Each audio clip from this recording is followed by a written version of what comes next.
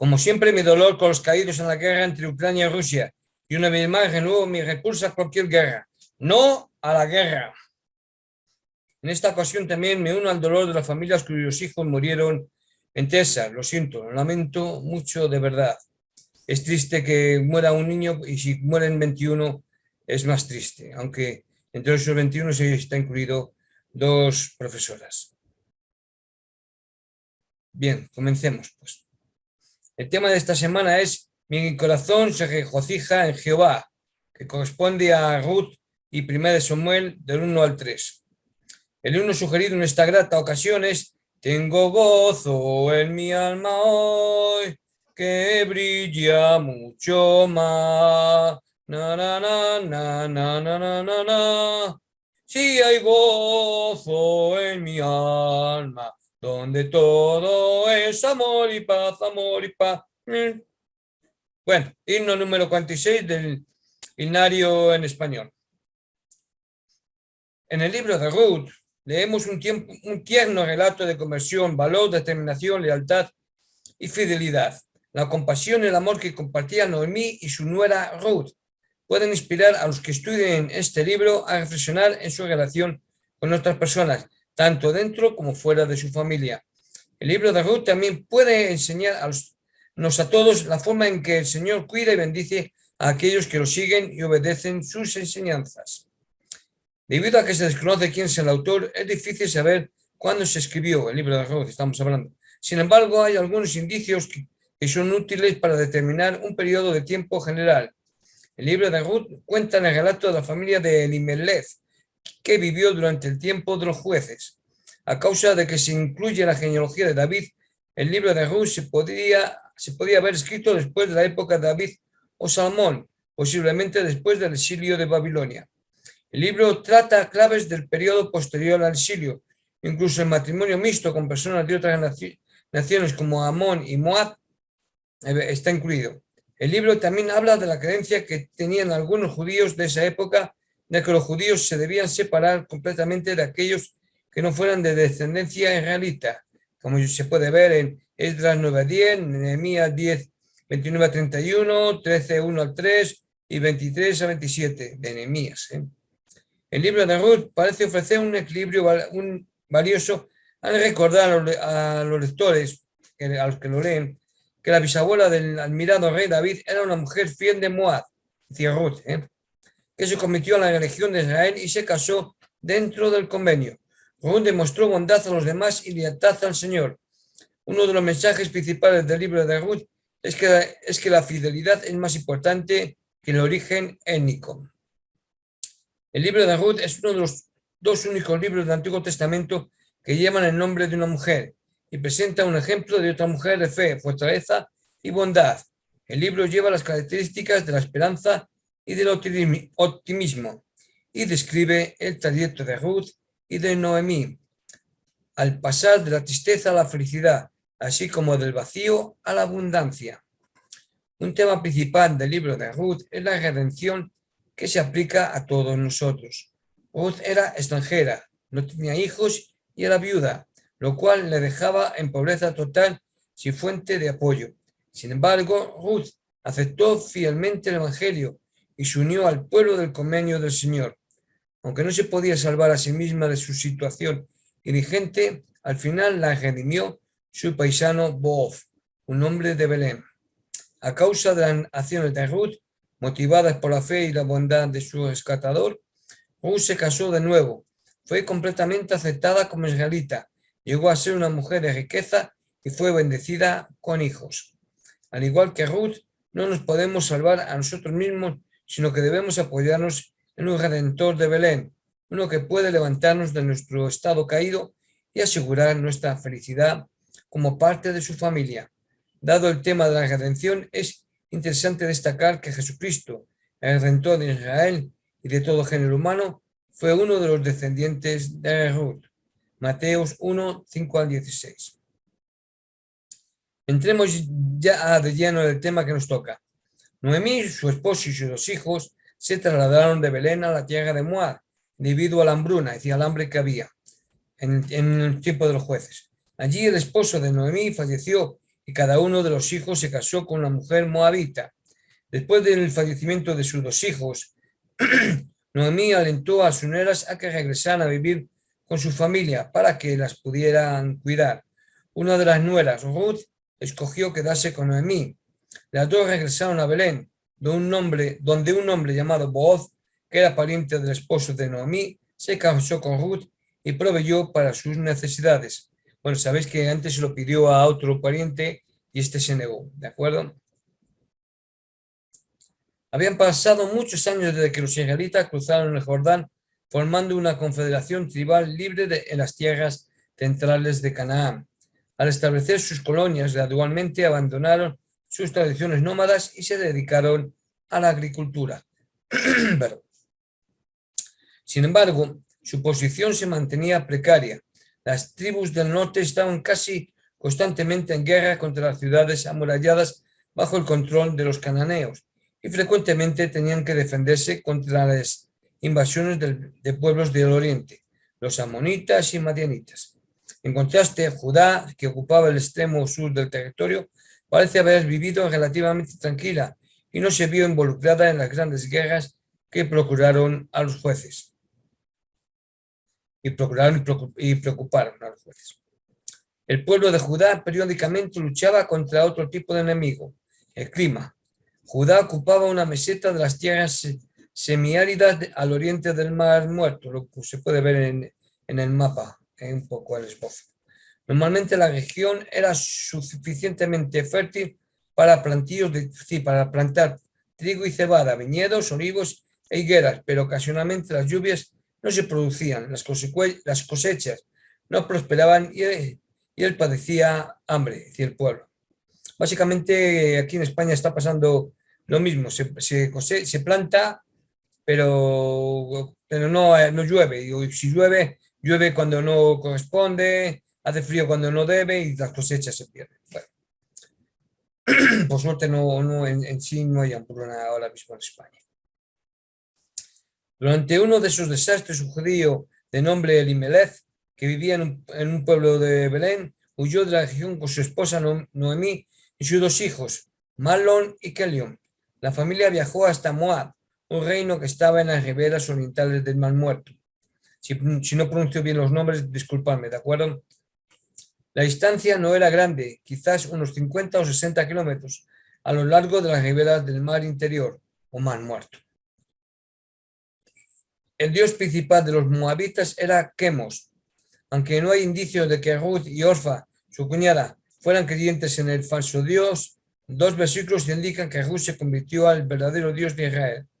En su hermosa declaración de lealtad y devoción a Noemí, Ruth dijo que ella no solamente deseaba permanecer junto a su suegra, sino que quería que el pueblo de ella fuera el suyo propio, y el Dios de Noemí, su propio Dios. Booz, al alabar la dedicación de Ruth hacia Noemí, le dice: Jehová te recompense tu obra y tu remuneración sea cumplida de parte de Jehová, tu Dios de Israel, bajo cuyas alas has venido a refugiarte. Ambos pasajes indican que Ruth estaba convertida y se había unido al pueblo israelita y al Dios de Israel. Aclaración de Ruth 1, 19, 21.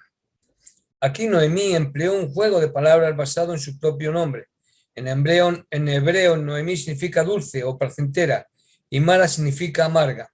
Cuando después de muchos años de ausencia el pueblo la saludó, sorprendido, preguntando: ¿no es esta Noemí? Ella respondió diciendo: no me llaméis Noemí, dulce, sino llamadme Mara, amarga, porque en grande amargura me ha puesto el Todopoderoso.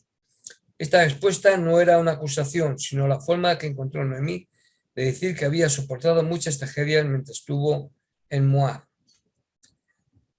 Pregunta, y la hago dado que tal vez muchos desconocen algo que nuestros abuelos o bisabuelos conocían bien, que es espigar. Mi madre me hablaba mucho de esto, de que ella iba a espigar cuando era jovencita. Mi madre nació en el año 1936. La cosecha era un trabajo difícil, que requería muchas horas de labores continuas. Los jóvenes pasaban por los campos tomando manojos de espigas y cortando las plantas con sus hoces. Estos pequeños manojos eran atados en gavillas. Como los hombres trabajaban con rapidez, cierto número de espigas caían al suelo. Si los hombres ponían cuidado y dedicaban tiempo, estas espigas también podían ser recogidas. Sin embargo, toda espiga que caía se dejaba en el lugar donde caía, y los pobres, siguiendo a los segadores, tenían el permiso de espigar o recoger a voluntad estas espigas.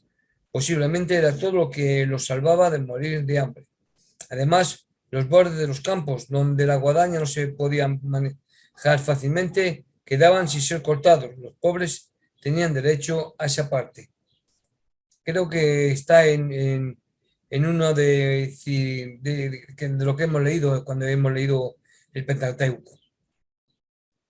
Desde los menesterosos de Belén ahora estaban Ruth y Noemí, y aquella se ofrecía para ir a espigar a los campos, es decir, a coger espigas para poder comer. Una pregunta interesante y curiosa. ¿En qué consistía el matrimonio por levirato entre Noemí, esperaba conformar para Ruth y Boaz? Noemí quería ayudar a su fiel nuera a conseguir un esposo y familia propia. Con este fin, Noemí consideró el matrimonio por levirato, práctica que había prevalecido en Israel durante mucho tiempo. Deuteronomio 25, versículos de 5 al 10, es la cita bíblica que se refiere a la obligación de casamiento por levirato a las familias israelitas. El vocablo aquí usado, redimirnos, ha sido traducido literalmente del hebreo goel, y es una traducción acertada. La función del goel era hacer posible que una viuda que hubiera perdido su casa y propiedad volviese a su estado original y a la seguridad económica y que tuviera descendencia para perpetuar su familia. Pero es fácil ver por qué los profetas de los últimos tiempos tomaron este vocablo y de las leyes sociales de Israel y lo usaron para describir las funciones de aquel que vendría como Redentor divino. Pensemos en lo que Él hace para restaurarnos a nuestra condición original con Dios y para darnos seguridad futura y descendencia eterna. La ley del matrimonio por levirato declaraba que cuando un hombre se casaba y fallecía antes de tener un hijo varón, su pariente varón más cercano, normalmente su hermano u otro pariente más cercano, debía casarse con la viuda. El primer hijo varón de esa unión se consideraba como el hijo y heredero del marido fallecido, con el fin de que la línea familiar del difunto pudiera continuar. A fin de proveer una herencia para el heredero, ese pariente también tenía el derecho de comprar, amortizar la tierra de su pariente fallecido. Al adquirir esa tierra, proveer para la necesidad de la viuda y asegurar la continuación de la línea familiar, el pariente básicamente pasaba a ser un redentor o protector de la viuda. La ley por levirato se encuentra registrada en Deuteronomio 25, de 5 a 10, lo que os he dicho antes. En Génesis 38 se incluye una explicación de la ley por levirato que tiene que ver con los 3 hijos de Judá. Noemí también hizo referencia a esa ley. El relato de Ruth y Boaz incluye un ejemplo de una instancia en la que el pariente más cercano no podía, debido a razones desconocidas, llevar a cabo su deber por levirato. Boaz, otro pariente cercano, estaba dispuesto a tomar sobre sí la responsabilidad de redimir a Ruth al casarse con ella y proveer para ella. Pero para que Boaz pudiera hacer eso, el pariente más cercano de Ruth debía renunciar a los derechos de la propiedad que había dejado el marido fallecido. De acuerdo con la costumbre de la época, eso ocurrió cuando el pariente más cercano de Ruth se quitó el calzado y se lo dio a Boaz. Después de eso está en Ruth 4:8, pues si alguno lo quiere mirar. Después de este acto simbólico pero vinculante, Boaz era libre de casarse con Ruth y cumplir la promesa que le había hecho a ella. Se me queda la boca seca. El relato de Noemí, de Ruth y de Boaz es mucho más profundo que el hecho de que un pariente cuide a su familia. Es un tipo de sombra de cómo Jesucristo cuida a todos los hijos del Padre Celestial. Tal como un pariente cercano en los tiempos de Ruth debía amortizar o comprar la propiedad y casarse con la viuda de su pariente, Jesucristo es el redentor de todos los que van a Él. Él es nuestro pariente más cercano que nos ha comprado o redimido del pecado mediante su expiación. Un pariente tenía el derecho de comprar y redimir la tierra de un pariente difunto, casarse con la viuda y tener descendiente, el primero de los cuales sería heredero del hombre que había fallecido.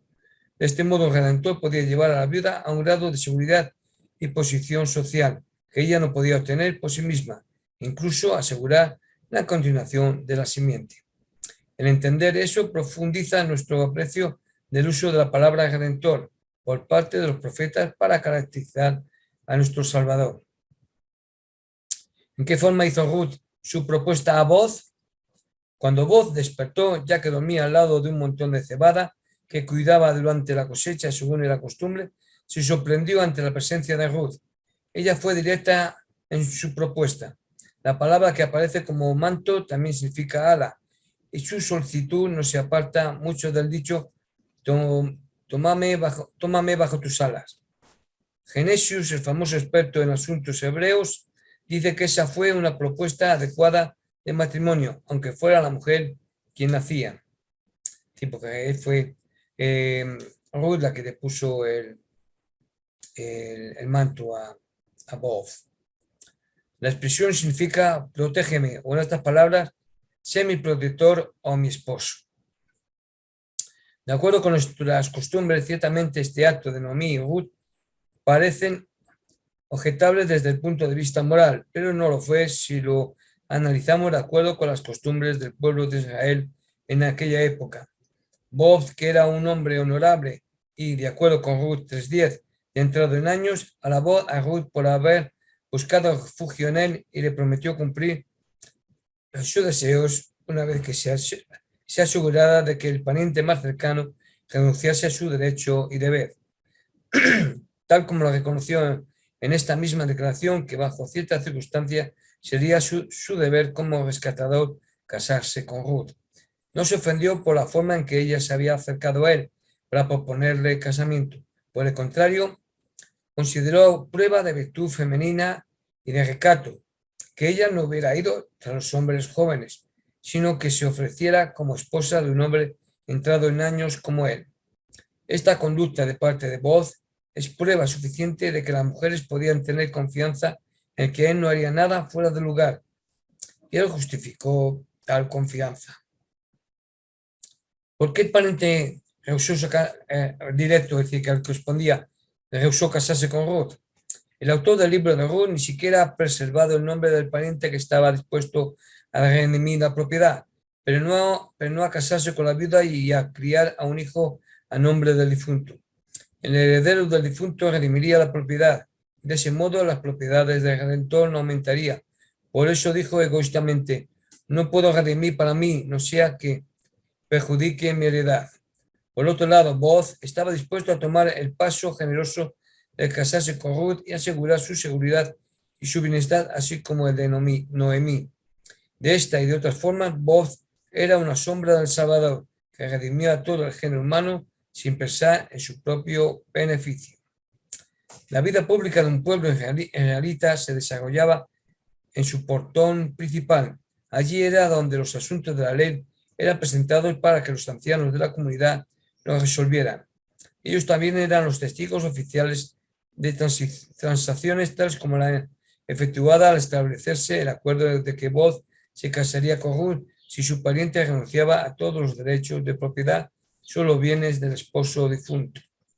El hombre que renunciaba a los derechos de propiedad se quitaba una sandalia y la daba al nuevo dueño de la propiedad, gesto que todos entendían y consideraban como legalización del contrato si era presenciado por los ancianos. Bueno, y ahora pasemos al siguiente que nos toca esta semana, esta ocasión. Y créeme, vamos a narrar hechos que en teoría tienen que ser de por sí bien conocidos. En el libro de 1 Samuel se relata el ministerio del profeta Samuel, quien restauró la ley, el orden y la adoración religiosa regular en la tierra. Después de que los israelitas habían olvidado a Jehová y adorado ídolos, muchas veces a través del reinado de los jueces. Uno de los principales temas de 1 Samuel es la importancia de honrar a Jehová. En 1 Samuel 2:30 leemos: yo honraré a los que me honran, y los que me desprecian serán tenidos en poco. En otras palabras, el Señor bendecirá a los que lo honren y guarden su mandamiento, y los que no lo honren no recibirán sus bendiciones. Hay varios relatos en 1 Samuel que reflejan ese tema. Ana honró a Jehová y pidió tener un hijo, y Jehová la bendijo con un hijo. Samuel, el hijo de Ana, también fue bendecido por escuchar al Espíritu y obedecer a Jehová. Saúl no continuó honrando a Jehová, por lo que Jehová nombró a David para reemplazarlo como rey. Siendo un joven, David ejerció la fe en Jehová, quien lo bendijo para que pudiera matar a Goliat. Al estudiar el libro de Samuel, los alumnos, es decir, todos nosotros, pueden incrementar su fe en que también será bendecido cuando honren y obedezcan al Señor. No se sabe con certeza quién fue el autor del libro de 1 Samuel ni cuándo se escribió. Originalmente, 1 y 2 Samuel eran un solo libro en la Biblia hebrea. La división en dos libros separados probablemente haya ocurrido cuando este libro de Samuel se tradujo al griego, lo cual requirió que se pusiera el libro en dos rollos en lugar de uno.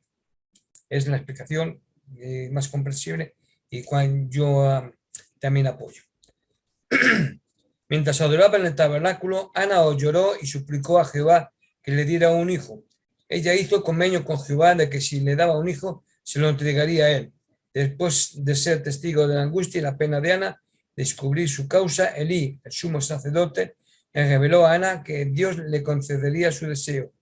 Por causa de la gran fe de Ana, ella fue bendecida con un hijo a quien puso por nombre Samuel. Para cumplir la promesa que le hizo a Jehová, Ana llevó a Samuel a Elí para que sirviera a Jehová. A medida que aumentaba la aprobación que Jehová y el pueblo tenían por Samuel, Elí y su casa fueron castigados por no honrar a Dios. ¿En qué consistían las partes que Elcana daba a sus esposas e hijos? Cuando Elcana es el marido de Ana, Cuando Elcana llevó a sus esposas e hijos a Silo, donde el tabernáculo había sido puesto después que las tribus conquistaron Canaán, para ofrecer sacrificios, hizo una ofrenda de paz. Después de que la gordura, los riñones y las demás partes del animal fueron quemadas, el sacerdote recibía, según la costumbre, el pecho y la paleta derecha. El resto del animal sacrificado era devuelto al oferente para que lo comiera en una fiesta especial. De esta carne, Elcana dio parte a su familia. Ana recibió más que los demás, otra vez una parte mejor por causa del amor de Elcana hacia ella. ¿Quién era la rival de Ana y por qué Ana era provocada por ella? Lo hemos visto ya en otras partes de las Escrituras. Penina, la otra esposa de Elcana, se esforzaba continuamente por irritarla y burlarse de ella, enojándola y entristeciéndola para hacerla sentirse descontenta con su suerte, porque el Señor le había negado hijos. Cuando toda la familia subía a Silo a los festivales anuales, Penina llevaba a sus hijos e hijas consigo, mas Ana no tenía ninguno, y Penina aprovechaba la oportunidad para escarnecerla en forma especial, haciendo notar ostentosamente la presencia de sus hijos. Ana se sentía muy afligida porque era considerado una gran desgracia en Israel que una mujer fuera estéril, porque como sostienen algunos, todas esperaban que el Mesías viniera a través de su descendencia. ¿Cuál es el significado de que Elí estuviera sentado en una silla junto a un pilar del templo? En el antiguo Oriente Medio era costumbre que ciertos oficiales se sentaran en el patio o cerca de los portones de la ciudad para poder juzgar tras escuchar casos o reclamaciones. Estas sillas generalmente no tenían respaldo y eran colocadas al lado de una pared o pilar para que proporcionaran apoyo a la espalda. Esta circunstancia explicaría la razón por la que Eli, que estaba sentado al oír las nuevas de la muerte de sus hijos, cayó hacia atrás y se desnucó. El pacto de Ana con el Señor de que si le daba un hijo no pasaría navaja sobre su cabeza parece ser una promesa de criar a Samuel como nazario o bajo voto especial de nunca cortarle el cabello. En Samuel encontramos un gran contraste con Sansón. Aquel observó sus votos durante toda su vida y llegó a ser un poderoso hombre de Dios, mientras que este último, es decir, Samuel, velando sus votos, se transformó en un Sansón, mientras que este último, velando sus votos, se transformó en un maltrecho ejemplo de fracaso. Sí, Sansón, recordad, me había equivocado antes. Para aquellos que sí han leído la lección que nos toca, aclararé algo que pudiera haber suscitado alguna duda. Al protestar ante Elí diciendo que no era una hija de Belial, como aparece en algunas traducciones de la Biblia, y nos estamos refiriendo a 1 Samuel 1:16, Ana quiso decir que no era una persona impía o indigna. Belial significa sin valor, alguien afiliado al mal. Los traductores ingleses escribieron ese vocablo con mayúscula, como si fuera un título de Satanás, y a veces es usado en ese sentido en libros posteriores del Antiguo Testamento. Dato para los curiosos. Samuel significa en hebreo escuchado por Dios. El nombre fue dado para que sirviera de recordatorio vitalicio, tanto para Ana como para Samuel mismo, de las circunstancias especiales y del pacto que rodearon su nacimiento. ¿Cuándo fue presentado Samuel en el tabernáculo? El destete se producía tarde entre los israelitas. De acuerdo con el pasaje que encontramos en 2 de Macabeos 7:27, las madres hebreas amamentaban a sus hijos hasta los 3 años.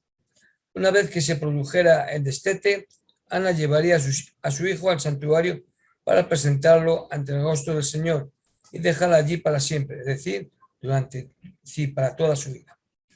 A los levitas generalmente se les requería efectuar su servicio en el santuario desde los 25 años hasta los 50, Números 8, versículos 24 al 25. Pero Samuel tenía que ser presentado al Señor inmediatamente después de su destete y debía quedar allí para siempre, o sea, que pertenecería enteramente al Señor. Con este fin debía recibir su educación en el santuario, para que en el temprano despertar de sus susceptibilidades pudiera recibir las impresiones de la sagrada presencia de Dios. Continuamos. La oración de Ana la muestra como una mujer de gran fe y amor hacia Dios. Él simbolizaba poder y fuerza. Dios le había dado poder para tener un hijo. La roca era la representación de protección. Jesucristo es la roca o piedra de Israel, el protector contra el mal. Mateo 21, versículos 42-44. En 1 Samuel 2:10, ambas alusiones se combinan en una. El Mesías es el ungido que destruirá a todos los adversarios del Señor. El vocablo griego equivale a Mesías es Cristo, que también significa el ungido. Era él, dijo Ana, quien recibiría fuerza en el hecho de que su cuerno, su poder, sería exaltado delante de los hombres. Este pasaje es una referencia escogida que se encuentra en el Antiguo Testamento con relación al futuro Mesías. Muestra que Ana había sido bendecida con el don de profecía. Anota o aclaración. En la época de Ana la gente no creía, como algunos suponen, que el mundo fuera plano y sostenido por pilares. Esa superstición fue inventada en la Edad Media.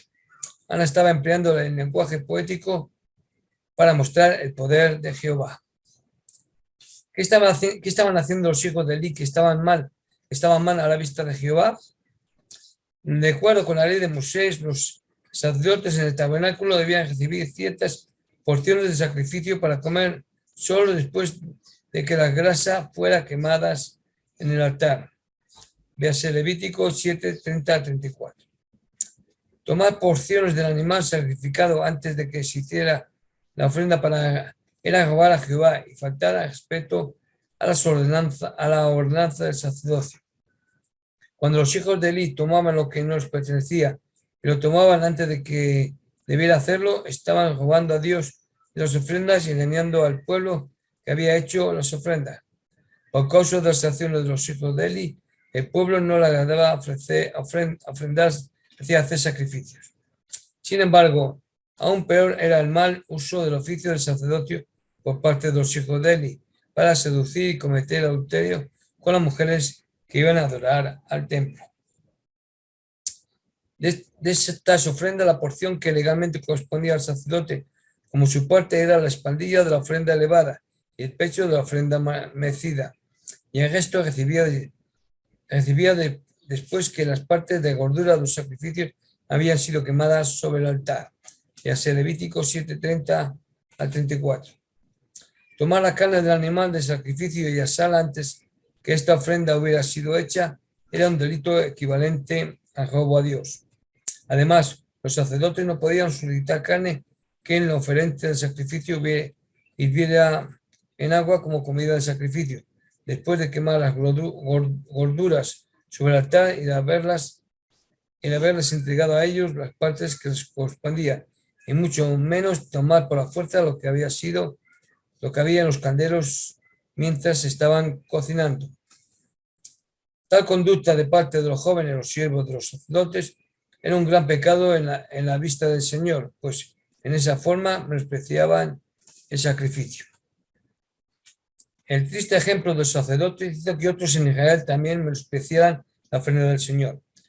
Pero estos hechos no fueron todo, pues los hijos de Elí seducían mujeres y cometían adulterio en las mismas puertas del tabernáculo, evidentemente abusando de su influencia de sacerdotes para atraer a las mujeres. Bajo la ley de Moisés, la desobediencia voluntaria a los padres era castigada con la muerte, y los padres estaban obligados a ver que este castigo fuese llevado a cabo. Oni y Fines agravaron sus terribles pecados desobedeciendo a su padre, y Eli fracasó en su responsabilidad de padre, así como en su oficio como sacerdote presidente. Aunque reprendía a sus hijos, nada hizo para ver que la abominación de su familia y en el tabernáculo fuera corregida.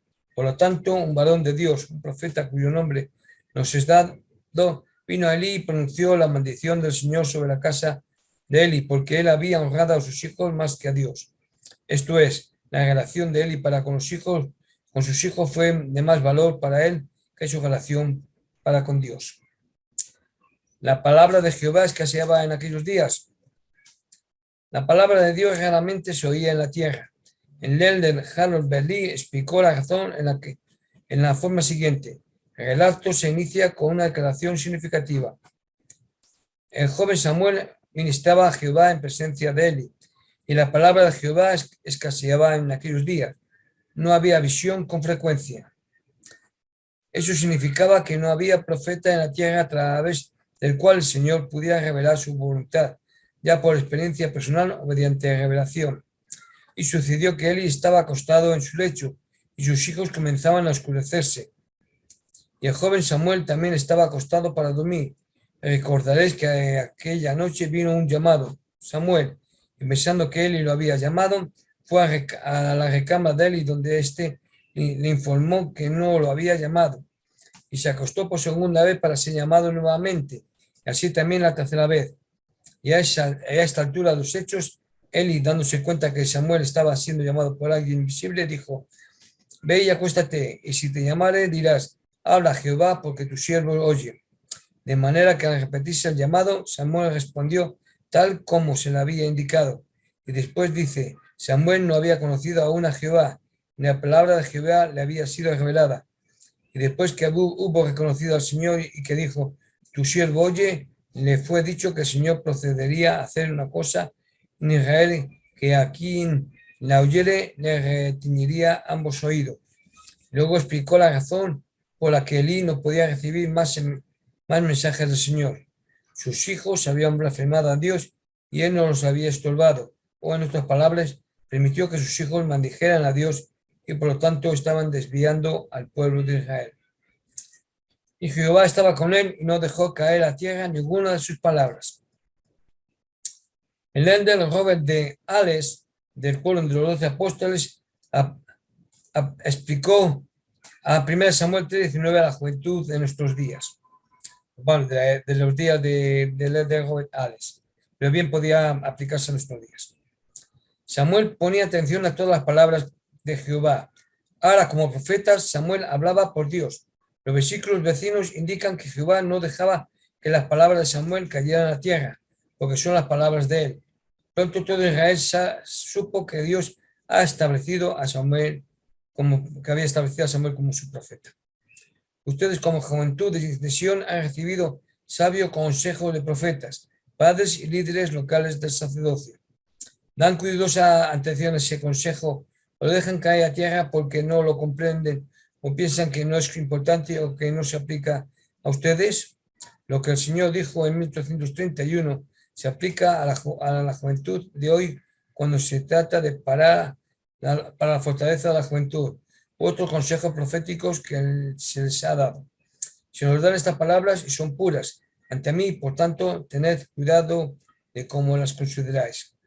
A modo de conclusión os diré, no debéis temer que cuando uno de los apóstoles del Señor Jesucristo expone una profecía en el nombre de Jesucristo, porque es inspirado a hacerlo, la misma caiga al lado del camino. Sé de más de una profecía que, yo sé de más de una profecía que, mirándola naturalmente, pareció como si fuera a caer a la tierra a medida que los años fueran pasando. Pero hoy aquí, en la providencia del Señor, esa profecía se cumplió. Y yo testifico de todo esto en el nombre de Jesucristo. Amén.